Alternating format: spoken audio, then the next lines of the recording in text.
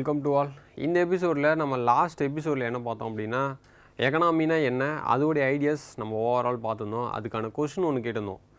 Economy பொருளாதாரம் என்ற வார்த்தை யாரால் அறிமுகப்படுத்தப்பட்டது அப்படின்னு சொல்லிட்டு ஒரு கொஷின் கேட்டிருந்தோம்.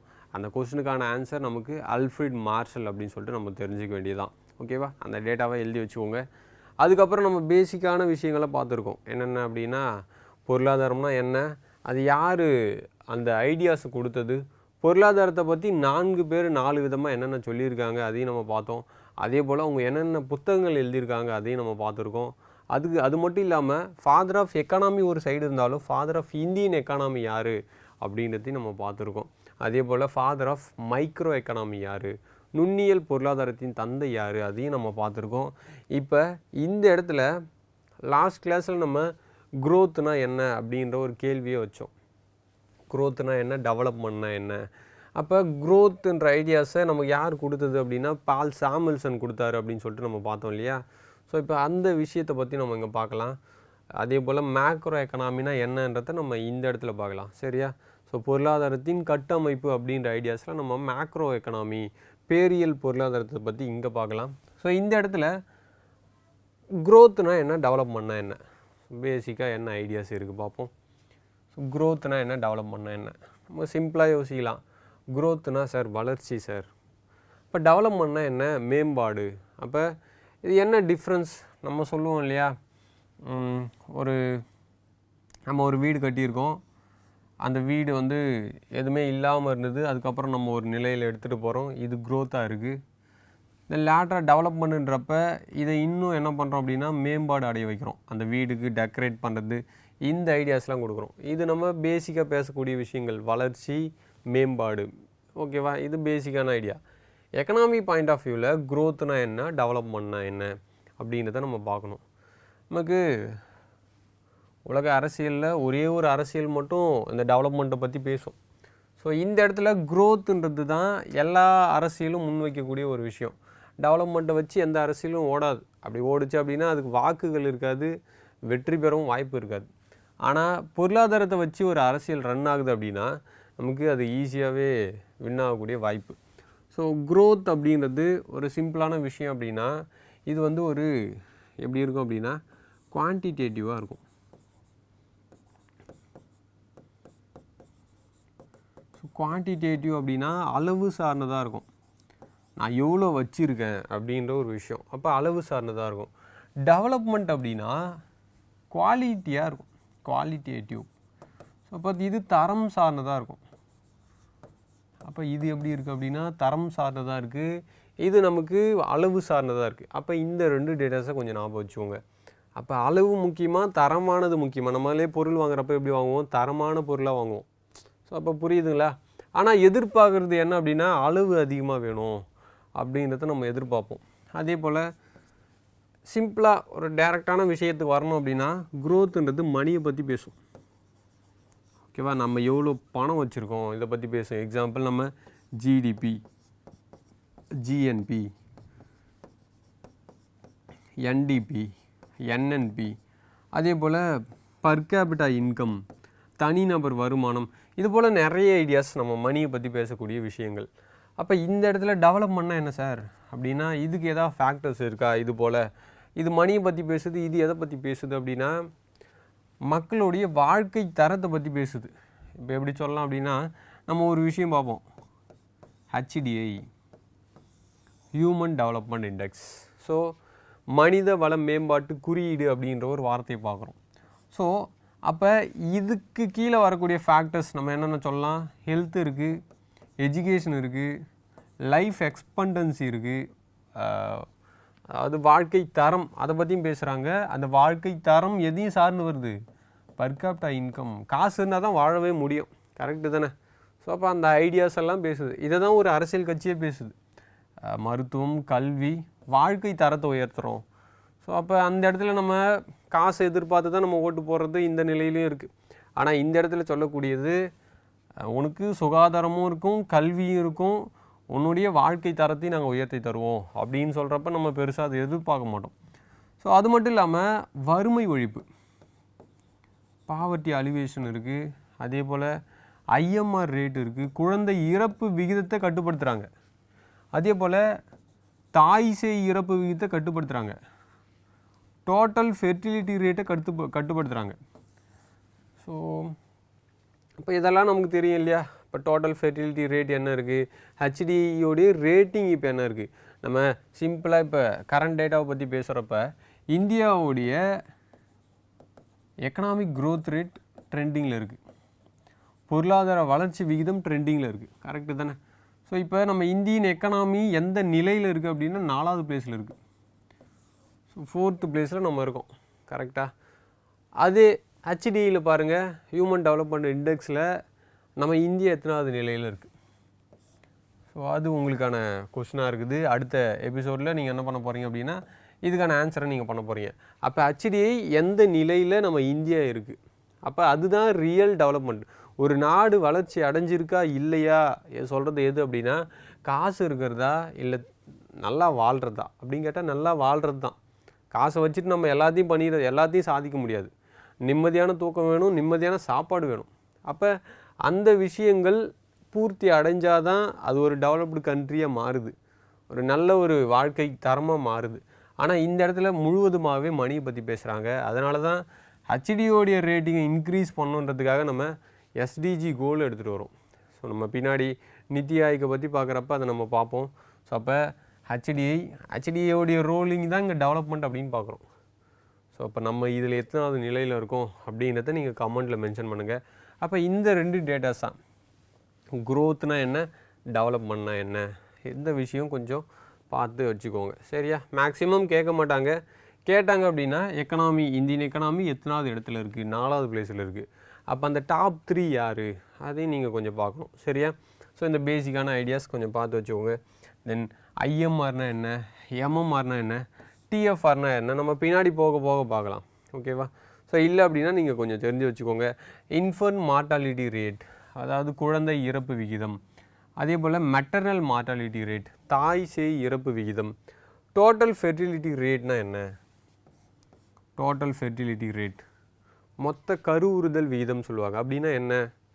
ஸோ நமக்கு தெரியும்னு நினைக்கிறேன், நேஷ்னல் ஃபேமிலி பிளானிங் ப்ரோக்ராம் அப்படின்னு ஒரு திட்டம் இருக்குது. ஸோ இதில் என்ன சொல்லியிருப்பாங்க அப்படின்னா, நமக்கு ஒரு சிம்பிள் கொடுத்துருப்பாங்க. 1952 காலகட்டத்தில் எடுத்துகிட்டு வரப்படுது. ஸோ இப்படி ஒரு சிம்பிள் இருக்கும். என்ன ஐடியாஸ் கொடுக்குறாங்க இந்த சிம்பிளில், இந்த டோட்டல் ஃபெர்டிலிட்டி ரேட்டில் ஒரு தம்பதிகள் இருக்காங்க, 2 பேர் தானே ஒரு தம்பதி. அப்போ 2 பேர் இருக்காங்கன்னா அவங்களுக்கு ஒரு குழந்தை தான் அப்படிங்கிறது இந்தியாவுடைய ஒரு குறியீடாக இந்த ட்ரையாங்கிளை இன்வெர்ஸ் பண்ணி சிம்பிள் கொடுத்துருப்பாங்க. இதை கொஸ்டினாக கேட்டிருக்காங்க. சரியா? அப்போ இந்தியாவுடைய டிஎஃப்ஆர் ரேட் என்ன, இப்போ என்ன இருக்குது, ஸோ அது உங்களுக்கு ஒர்க். ஓகேவா? ஸோ இந்த டேட்டாஸ்லாம் கொஞ்சம் பார்த்து வச்சுக்கோங்க. அப்போ டிஎஃப்ஆர்னா என்ன, யார் வெளியிடுவாங்க, ஓகேவா, அது கொஞ்சம் நமக்கு முக்கியம். ஐஎம்ஆர் எம்எம்ஆர் யார் வெளியிடுவாங்க. சரியா? அதே போல் பாவர்ட்டியில் நம்ம இந்தியா எத்தனாவது பிளேஸில் இருக்குது, வேர்ல்டு லெவலில் இந்தியா எத்தனாவது பிளேஸில் இருக்குது. ஹெல்த்தில், எஜுகேஷனில், லைஃப் எக்ஸ்பெக்டன்சி, இதெல்லாம் நம்ம இந்தியாவுக்குள்ளவே பார்த்தா போதும். சரியா? இந்த ஐடியாஸ் மட்டும் நம்ம கொஞ்சம் வேர்ல்டு லெவலில் பார்க்கணும், இந்த பாவர்ட்டி மட்டும்.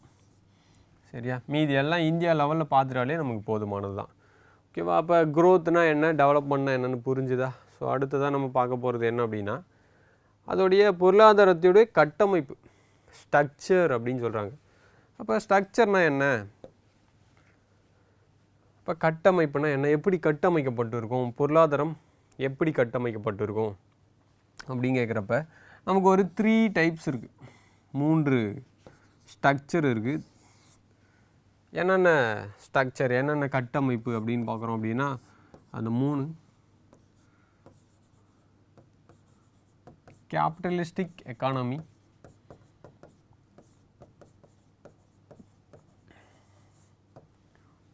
முதலாளித்துவ பொருளாதாரம்,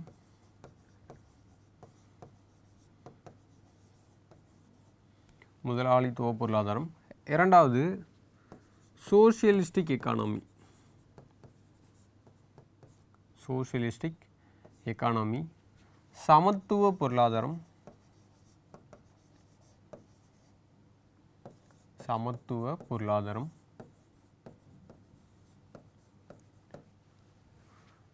மூணாவது நமக்கு மிக்ஸ்டு எக்கானமி. ஸோ அப்போ கலப்பு பொருளாதாரம்.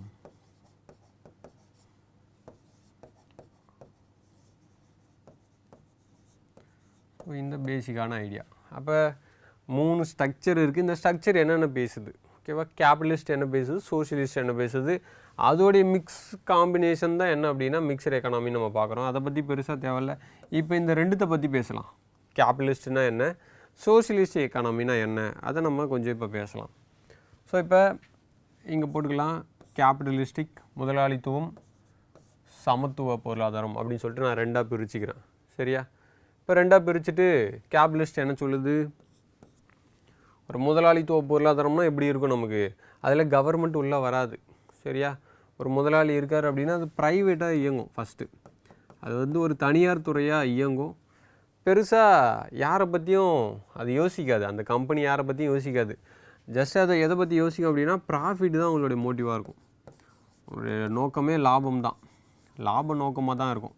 நம்ம ப்ரைவேட் கம்பெனி கார்ப்பரேட் கம்பெனிஸ்லாம் நம்ம பார்த்தோம் அப்படின்னா அவங்க 24/7 ரன் ஆவாங்க. அதனால தான் நமக்கு வேலை வாய்ப்புகள் கொஞ்சம் அதிகமாகுது. அதையும் நம்ம கொஞ்சம் இது எடுத்துக்கலாம். ஆனால் அவங்களோட நோக்கம் அங்கே இருக்க நபர்களுடைய வெல்ஃபேர் கிடையாது, லாபம் தான் நோக்கம். சரியா? ஆனால் இந்த இடத்துல பார்க்குறப்ப இங்கே ப்ரைவேட்டாக பார்க்குறோம், இங்கே என்னவா பார்க்குறோம் அப்படின்னா அரசாங்கமாக பார்க்குறோம். ஸோ கவர்மெண்ட்டாக பார்க்குறோம்.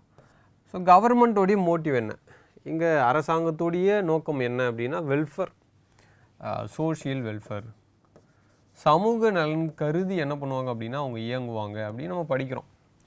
சரியா? அப்போ சமூக நலன் கருதி அவங்க இயங்குறாங்க அப்படின்ற டேட்டாஸை நம்ம பார்க்குறோம். அப்போ சோஷியல் வெல்ஃபேர் எக்ஸாம்பிள் எடுத்துக்காட்டு என்ன சொல்லலாம் அப்படின்னா ரயில்வே. ஸோ ரயில்வே இப்போ நம்ம வந்து ஒரு 10 கிலோமீட்டர் போகிறோம் அப்படின்னா நம்ம பஸ்ஸில் ரேட் அதிகமாக இருக்கும். அதுவே ட்ரெயினில் போகிறீங்க அப்படின்னா ஒரு டிக்கெட் 5 ரூபா தான் இருக்கும். கரெக்டு தானே? So fair. அப்போ அதை வச்சு என்ன பண்ணுறோம் அப்படின்னா நமக்கு சமூக நலத்தை வந்து கொடுக்குறாங்க ஒரு அரசாங்கம் அப்படின்னு சொல்லிட்டு நம்ம படிக்கிறோம். ஓகேவா? அப்போ கேபிட்டலிஸ்ட்டுக்கும் சோஷியலிஸ்ட்டுக்கும் இதான் ஐடியா. இந்த இடத்துல ப்ராஃபிட் இயர்ன் பண்ணுறதுக்கு இந்த கம்பெனிஸே அடிச்சுப்பாங்க. ஆனால் இந்த இடத்துல ஒரே கவர்மெண்ட்டு தான் சமூக நலத்தை எப்படி காக்கணும், பேணி காக்கணும், அதை பற்றி மட்டுமே இவங்க பேசுவாங்க. இதில் பெருசாக விஷயங்கள் இருக்காது. இங்கே கேபிட்டலிஸ்டிக் ஐடியாஸை யார் க்ரியேட் பண்ணுறாங்க, இதில் ஒரு விஷயம் சொல்லுவாங்க. கேபிட்டலிஸ்டிக் ஐடியாலஜியை லேசி ஃபேரி தியரி அப்படின்னு சொல்லுவாங்க. லேசி ஃபேரி கொள்கை, அதாவது தலையீடா கொள்கை அப்படின்னே சொல்லிக்கலாம். யார் தலையிட மாட்டாங்க அப்படின்னு கேட்டால் அரசாங்கம் தான் தலையிட மாட்டாங்க. எதையும் சொல்லியிருப்பார். யார் சொல்கிறார் அப்படின்னா இதெல்லாம் ஆடம் ஸ்மித்து தான் சொல்கிறார். அப்போ ஆடம் ஸ்மித்துக்கு ஆல்ரெடி ஒரு நேம் பார்த்தோம், என்ன அப்படின்னா ஃபாதர் ஆஃப் எக்கானமி அப்படின்னு பார்த்தோம். So father of capitalistic economy, முதலாளித்துவ பொருளாதாரத்தின் தந்தைன்னு கேட்டாலும் நமக்கு ஆடம் ஸ்மித்து தான்.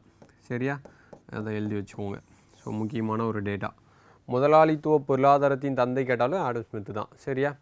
அடுத்தது இந்த இடத்துல நம்ம பார்க்குறோம் அடுத்த டேட்டா, நமக்கு கவர்மெண்ட் சார்ந்து சோஷியலிஸ்டிக் எக்கானமி யார் கிரியேட் பண்ணுறது அப்படின்னா சமூக நலன் கருதி பேசக்கூடிய ஒரு ஆள் யார் அப்படின்னா Karl Marx. So Karl Marx அவர்கள் என்ன பண்ணுறாரு அப்படின்னா அதை க்ரியேட் பண்ணுறாரு. சரியா? ஸோ அப்போ இந்த டேட்டாஸ் நமக்கு முக்கியம். Karl Marx father of socialistic economy.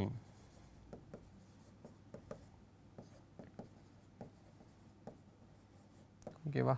சமத்துவ பொருளாதாரத்தின் தந்தைன்னு கேட்டாங்கன்னா கார்ல் மார்க்ஸ். கார்ல் மார்க்ஸ் ஒரு புக் எழுதியிருக்கார். என்ன புக்கு அப்படின்னு கேட்டால் தாஸ் கேபிட்டல். நம்ம அடிக்கடி ஏதாவது டிபேட்டில் பேசுகிறப்ப இந்த புக்கை பேசுவாங்க.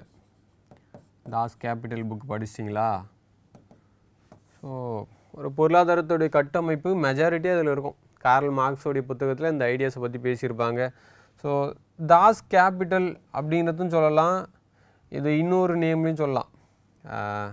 கம்யூனிஸ்ட் மேனிஃபெஸ்டோ அப்படின்னு சொல்லிட்டு ஒரு புக்கு, அந்த பேரும் இதுக்கு யூஸ் பண்ணுறாங்க. தாஸ் கேபிட்டலுக்கு பதிலாக கம்யூனிஸ்ட் மேனிஃபெஸ்டோ, பொது உடைமை கோட்பாடு அப்படின்னு சொல்லிட்டு அந்த புத்தகத்தையும் கார்ல் மார்க்ஸ் தான் எழுதியிருக்காரு. சரியா? அதையும் கொஞ்சம் ஞாபகம் வச்சுக்கோங்க. இப்போ இந்த தாஸ் கேபிட்டலில் அவர் எதை பற்றி பேசுகிறாரு, அதான் கொஸ்டின். கார்ல் மார்க்ஸ் எழுதிய தாஸ் கேபிட்டல் புக்கில் எதை பற்றி பேசுகிறாரு அப்படின்னா சோஷியலிஸ்ட் எக்கானமி பற்றி பேசுகிறாரா கேட்டால் இல்லை. அவர் எதை பற்றி பேசுகிறாரு பாருங்கள். இந்த இடத்துல கேபிட்டல்லாம் சி தானே சார் வரணும், ஏன் இங்கே கே வருது அப்படின்னு பார்த்தோம் அப்படின்னா, கேபிட்டலுக்கு இங்கே இருக்கக்கூடிய கேபிட்டல் இருக்குது இல்லையா, சி போட்டால் கேபிட்டல், அதை என்ன பண்ணுறாரு அப்படின்னா கேவாக மாற்றுறாரு. அப்போ கேபிட்டலிஸ்டிக் எக்கானமிக்கு ஆப்போசிட்டாக இருக்குது. ஓகேவா? ஸோ அப்போ இதோடைய டிஸ்அட்வான்டேஜ் ஃபுல்லாத்தையும் என்ன பண்ணுறாரு அப்படின்னா இந்த புத்தகத்தில் எழுதுறாரு. ஸோ அதனால தான் மெஜாரிட்டியாக எக்கனாமிக் ட்ரெண்டிங்கில் இந்த புக்கு இருக்கும். ஓகேவா? தாஸ் கேபிட்டல் அப்படின்ற புத்தகம். ஸோ கார்ல் மார்க்ஸ் எழுதுறாரு, ஃபாதர் ஆஃப் சோஷியலிஸ்டிக் எக்கானமி. சமத்துவ பொருளாதாரத்தின் தந்தை யாருன்னு கேட்டோம் அப்படின்னா Karl Marx. So maximum idea. So இப்போ என்ன கண்ட்ரிஸ் எக்ஸாம்பிள், எந்த கண்ட்ரிஸ்னால் நம்ம பார்க்கணும் அப்படின்னா அமெரிக்கா இருக்குது, அமெரிக்கா இருக்குது. அதே போல் நமக்கு வேறு என்ன இருக்குது அப்படின்னா ஜப்பான் இருக்குது. ஸோ இந்த நாடுகள்லாம் கேபிட்டலிஸ்டிக் எக்கானமியை ஃபாலோ பண்ணக்கூடிய நாடுகளாக இருக்குது. இந்த இடத்துல சோஷியலிஸ்ட் எக்கானமியை ஃபாலோ பண்ணுறது நமக்கு தெரியும்னு நினைக்கிறேன். ரஷ்யா, சைனா இருக்குது, கியூபா இருக்குது. ஸோ இந்த நாடுகள்லாம் சமத்துவ பொருளாதாரத்தை ஃபாலோ பண்ணக்கூடிய நாடுகளாக இருக்குது. ஸோ அப்போ இந்த டேட்டாஸ் கொஞ்சம் நமக்கு முக்கியம். அப்போ ஜஸ்ட்டு ஓவரால் ஞாபகம் வச்சுக்கோ, கேபிட்டலிஸ்ட்னா டேரெக்டாக அமெரிக்கா வந்துடுங்க, சோஷியலிஸ்ட் அப்படின்னா டேரெக்டாக ரஷ்யா போயிடுங்க. இப்போ இதை வச்சு ஒரு கரண்ட் அஃபேர் கொஞ்சம் நம்ம மேக் பண்ணலாம். என்ன அப்படின்னா, சமத்துவ பொருளாதாரத்தை க்ரியேட் பண்ணது கார்ல் மார்க்ஸ். நம்ம படிச்சிருக்கோம் கரெக்டாக. சமத்துவ பொருளாதாரத்தை க்ரியேட் பண்ணது கார்ல் மார்க்ஸ். இப்போ இந்த நாடுகள்லாம் கொஞ்சம் உற்று நோக்குனீங்க அப்படின்னா ரஷ்யா, சைனா, கியூபா. நம்ம இந்தியாவுக்கு மெஜாரிட்டியாக ஹெல்ப் பண்ணக்கூடியது சைனா அப்படின்னு பார்ப்போம். எதில் அப்படின்னு பார்த்தா நக்சலிசம் அப்படின்னு சொல்லிட்டு பார்ப்போம். நக்சலிஸ்ட் பயங்கரவாதிகள். ஸோ நக்சலிசம். ஓகேவா? ஸோ சோஷியலிஸ்ட் எக்கானமியை பொறுத்தவரையில் இதில் ஒரு சப்கிளாஸ் இருக்குது. அந்த சப்கிளாஸ் தான் இப்படி மாறுது. சோஷியலிஸ்ட் எக்கானமியில் மார்க்சிசம், கம்யூனிசம் அப்படின்ற ஒரு ஐடியாஸ் இருக்குது. மார்க்சிசம், கம்யூனிசம் இந்த பேர் அப்படியே வருது. அப்போ சமத்துவ பொருளாதாரம்னா என்ன, கம்யூனிச பொருளாதாரம்னா என்ன, அது நம்ம கொஞ்சம் தெரிஞ்சுக்கணும். நம்ம புக்கில் இல்லாத ஐடியாஸ் தான், நம்ம கொஞ்சம் தெரிஞ்சு வச்சுக்கணும். இப்போ சமத்துவ பொருளாதாரத்துடைய நோக்கம் என்ன, நம்ம அரசாங்கத்துடைய நோக்கம் எல்லாருக்கும் எல்லாம், அந்த நோக்கம் தான் இங்கேயும். ஓகேவா? சரி சார், அப்போ எல்லாருக்கும் எல்லாம்ன்ற பொது உடைமை கோட்பாடு தான் இங்கேயும் இருக்குது. அப்போ இங்கே எதை பற்றி பேசுகிறாங்க, அது ஏன் நம்ம தனியாக படிக்கிறோம், ஏன் அதை பிரிச்சிருக்கீங்க, அதான் இங்கே கேள்வி.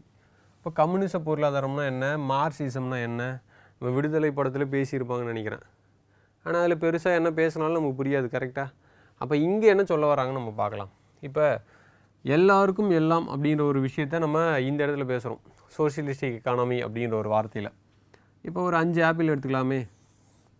ஓகேவா? இப்போ அந்த 5 ஆப்பிளை 5 பேர் ஈக்குவலாக ஷேர் பண்ணுறாங்க. ஸோ எல்லாருக்கும் எல்லாம் அப்படின்ற ஐடியாஸ் ஒரு அரசாங்கம் கட்டமைக்கக்கூடிய ஒரு கொள்கை. இப்போ கம்யூனிச கோட்பாடு அப்படின்னா அதே 5 ஆப்பிள் இருக்குது, அதே 5 ஆப்பிள் இருக்குது.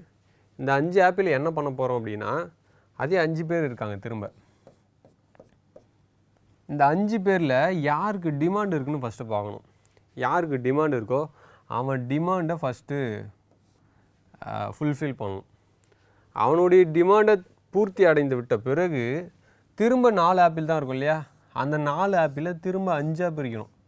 ஸோ இதை சொல்கிறது தான் என்ன அப்படின்னா கம்யூனிச கோட்பாடு. சரியா? இப்போ புரியுதா? அப்போ சோஷியலிசம்னா என்ன, கம்யூனிசம்னா என்ன, ஏன் இது ரெண்டுமே பிரிஞ்சிருக்கு. நம்ம சிபிஐ, சிபிஐ இந்த கட்சிகள்லாம் பார்ப்போம். இதோடைய முக்கிய நோக்கமாக இது இருக்கும். யாருக்கு தேவை இருக்கோ அந்த இடத்துல நம்ம பூர்த்தி செய்யணும். இப்போ நமக்கு மகளிர் உரிமை தொகை அப்படின்னு சொல்லிட்டு ஒரு ஐடியாஸ் இருக்குது. அதே போல் நான் புதல்வன் அப்படின்னு சொல்லிட்டு ஒரு திட்டம் இருக்குது. அப்போ இந்த திட்டங்கள்லாம் ஆல்ரெடி இருக்கக்கூடிய மாணவர்களுக்கும் போய் சேர்ந்தது அப்படின்னா அது கொஞ்சம் நல்லா இருக்காது.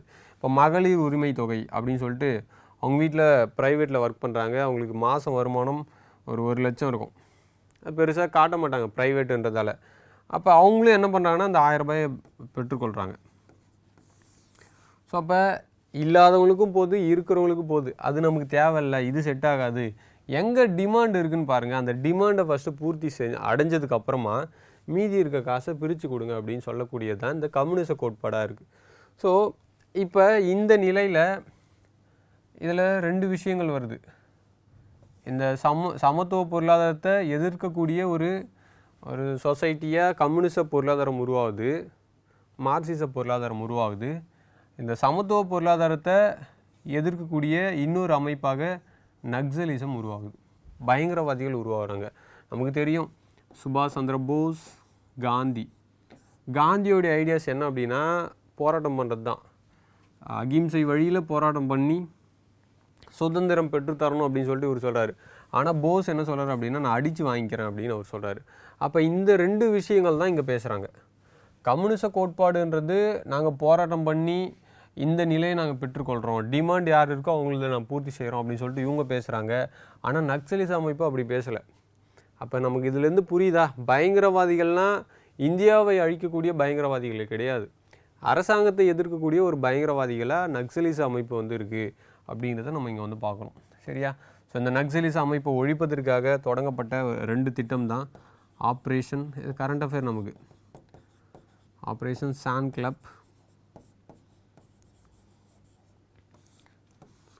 கிளப் திட்டம் ஒன்று, இன்னொன்று ஆப்ரேஷன் பிளாக் ஃபாரஸ்ட்.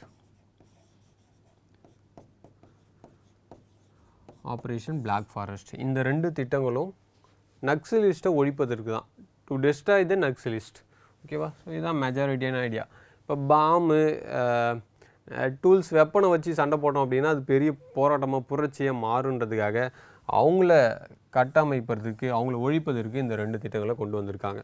ஓகேவா? இதுதான் மெஜாரிட்டியாக ஸ்ட்ரக்சர் ஆஃப் எக்கானமியில் நம்ம பார்க்கக்கூடிய இந்த 2 விஷயங்கள். சரியா?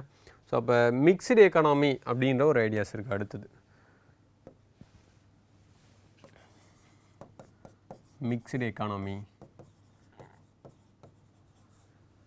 கலப்பு பொருளாதாரம். ஸோ அப்போ நம்ம பார்த்தோம் கேபிட்டலிஸ்ட்னா ஆடம் ஸ்மித் இருக்கார், சோஷியலிஸ்ட் எக்கானமினா கார்ல் மார்க்ஸ் இருக்கார், மிக்ஸ்டு எக்கானமி அப்படின்னா ஜேஎம் கெய்னஸ் இருக்கார். ஓகேவா? ஜேஎம் கெய்னஸ் தியரினே ஒன்று இருக்குது.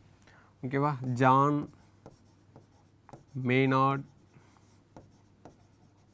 கெய்னஸ். ஸோ இந்த பர்சனாலிட்டி. ஓகேவா? ஸோ இவர் கலப்பு பொருளாதாரத்தை பற்றி பேசுகிறாரு. அப்போ இவருக்கும் ஒரு நேம் இருக்குது, ஃபாதர் ஆஃப் நியூ எக்கானமி, புதிய பொருளாதாரத்தின் தந்தை யாருன்னு கேட்பாங்க. அதே போல் ஃபாதர் ஆஃப் மிக்ஸ்டு எக்கானமி, அது யார் கேட்டாலும் நமக்கு ஜான் மேனார்ட் கெய்னஸ் தான். சரியா? John Maynard gainers. ஸோ இந்த டேட்டாஸ் முக்கியம்.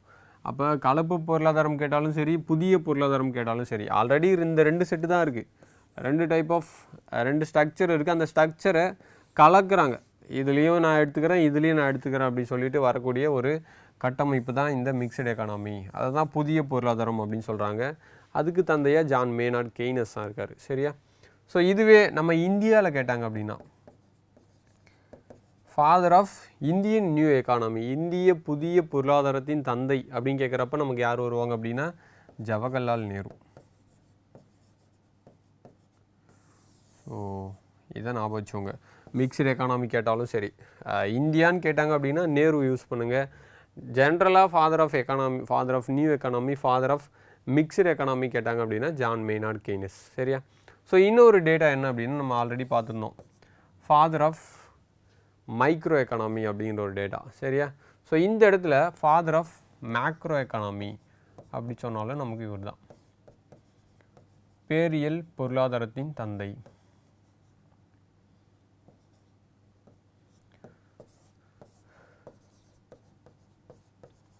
பேரியல் பொருளாதாரத்தின் தந்தை.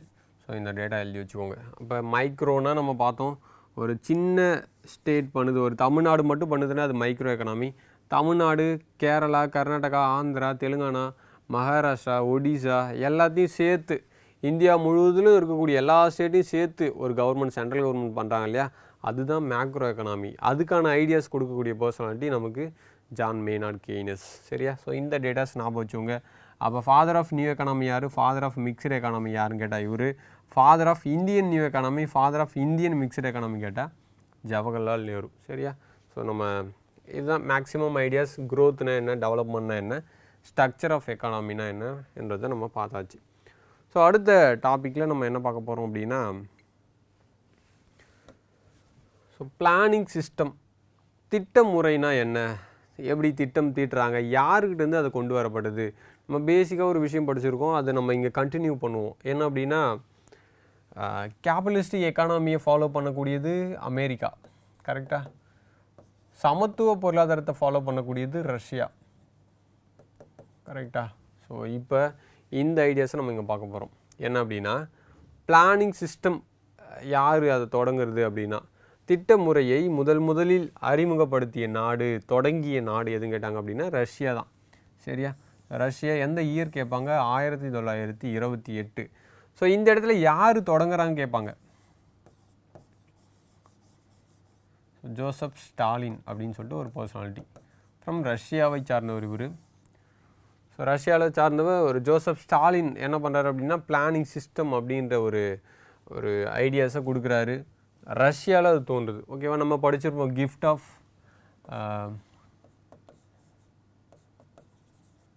எகிப்தின் நன்கொடை அப்படின்னு படிப்போம் இல்லையா? கிஃப்ட் ஆஃப் எகிப்த் அப்படின்னு சொன்னால் நைல் நதியை படிப்போம், கரெக்டாக.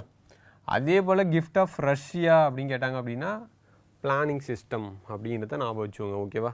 திட்டம் முறை தான் ஒரு ரஷ்யாவுடைய நன்கொடை அப்படின்னு சொல்லிட்டு சொல்லுவாங்க. ஸோ இந்த ஐடியாஸையும் கொஞ்சம் ஞாபகம் வச்சுக்கோங்க. அடுத்தது, இந்த ஜோசப் ஸ்டாலினுக்கு ஒரு நேம் இருக்குது, ஃபாதர் ஆஃப் பிளானிங் சிஸ்டம்.